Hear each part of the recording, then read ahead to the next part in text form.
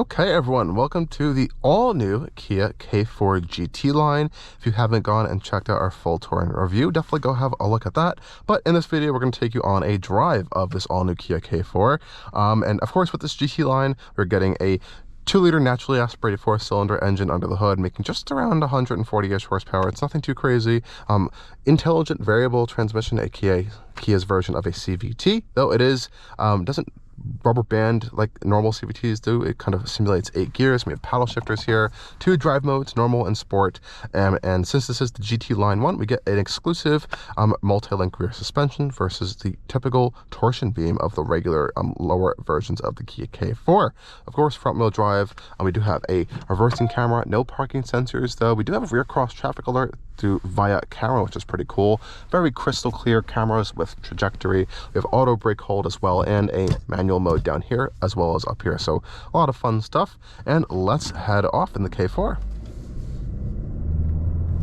Now, one of the interesting things about this all-new vehicle is that this is actually a carryover powertrain from the old Kia Forte, though this car is so much better than the old Forte in so many different fronts that it's hard to even compare the two still. It's bigger, this is wider, it has more space, it handles better.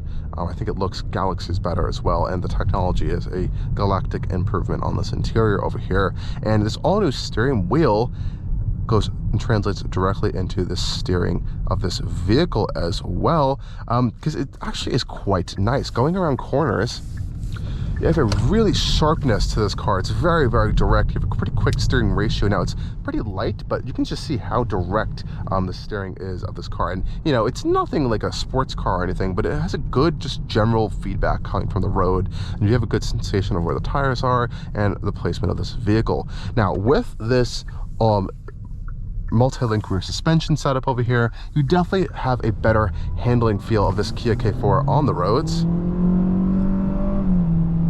Now you can see right there how this intelligently variable transmission shifts gears. It revs itself out, but it does shift, which is quite nice. It doesn't just keep sitting at red line until you get to your speed. Even when you're accelerating on the highway, it does, like what we just saw there, it'll keep shifting through gears. And it feels like an actual transmission. If you didn't know this was a CVT, you probably wouldn't know it's a CVT actually. It's that good. We do have those paddle shifting modes over here. You can see going through your gears.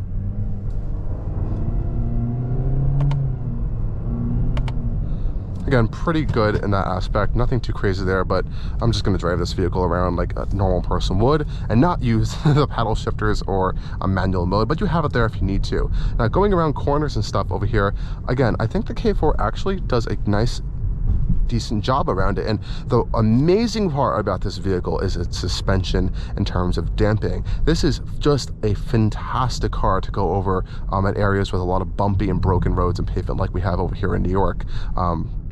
This car just does really, really well in those aspects. These roads are awful.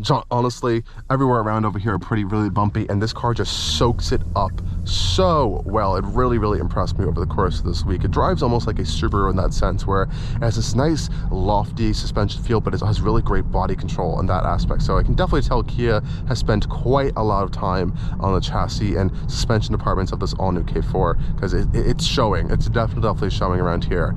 And you know, this isn't a sporty vehicle in the sense, though, in this GT line trim, you do have a little bit more enhancements here that help to make it drive a little bit better, and it does well. Like I said, going through corners here, good body control. The incredibly quick steering is definitely something to get used to, because going into corners, you almost turn in too much, but it's fun in that aspect. And again, not a lot of power, but it doesn't feel like the engine is overstraining itself around town situations and up on the highway.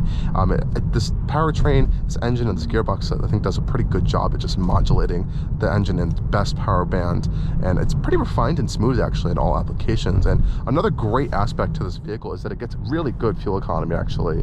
It's for a vehicle that doesn't have auto stop start, which is kind of crazy to think of in 2025. I think they're able to do that just because because they have so many electrified vehicles in the lineup, they don't really need to care about or worry about emission standards. So I think they're able to cut that out in this model, where it's like, which is a class of vehicle that people don't typically like to see auto stop start, or don't really want it. I know a lot of personal people in my own family that hate it, and when you don't have a mild hybrid system in this kind of vehicle, it can be a little more of a clunky system for auto stop start. But you know, it's still impressive that it's able to get decent fuel economy, pretty good fuel economy actually, without said feature. And just cruising around town over here, it's really quiet in here. This GT line does have a little bit more enhanced sound insulation actually versus the regular K4s, so that's a nice upgraded package. And you know, this is a really nice interior. The screen's very easy to use, very intuitive. The only issue, like I mentioned in our full tour review, is the climate screen's a little bit difficult, but you can expand it to the full screen if you do need to do so.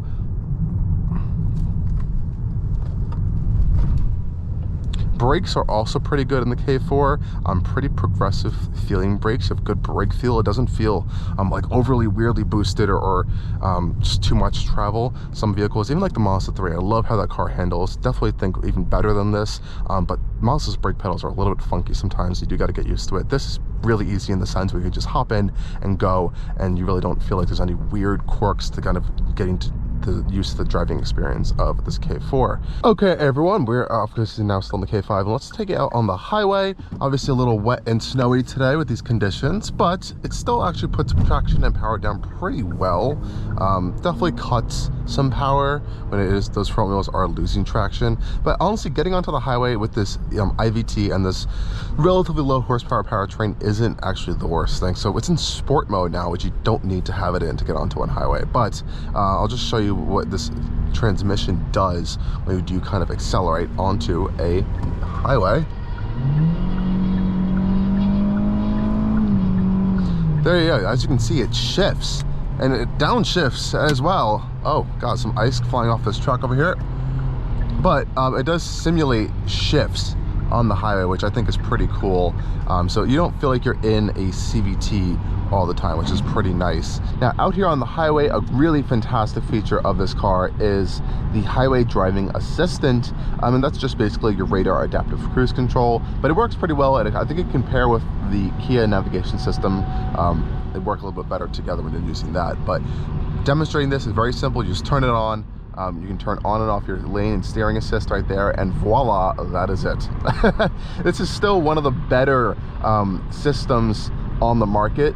I love how Kia allows you to separately adjust your lane keep and steering assist functions, but as you can see, it's really, really good. And you can change your following distance pretty easily with this little dial over here, and obviously your speed.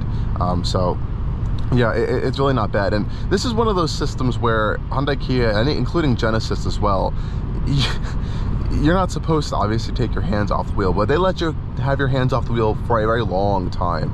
And thankfully the system, it feels trustworthy enough on highway situations where, you know, if you need to grab something in a pinch, you feel that security and safety behind it. But yeah, it's pretty cool. And we have this screen in the center here showing us what the car is seeing around it.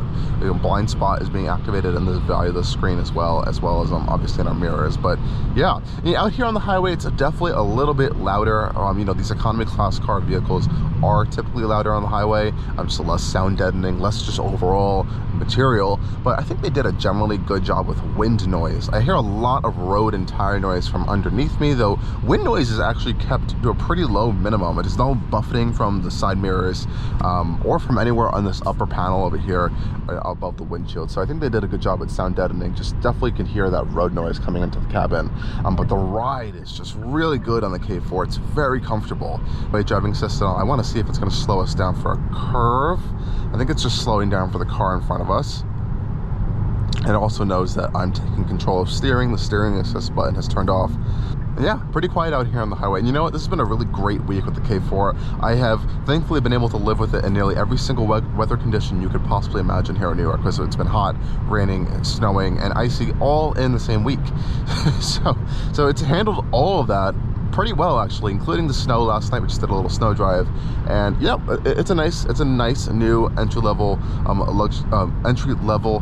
economy vehicle. Really strong competitor in this class, I would say now, especially with this technology and this really bold, forward-thinking design. I think it puts some competitors to shame. honestly, in this class. But that will be up to you guys to choose. Let me know if you have any more questions. Please leave them down below in the comments. And as always, thank you for watching Allcarnews, and stay tuned for more coming soon. Cheers.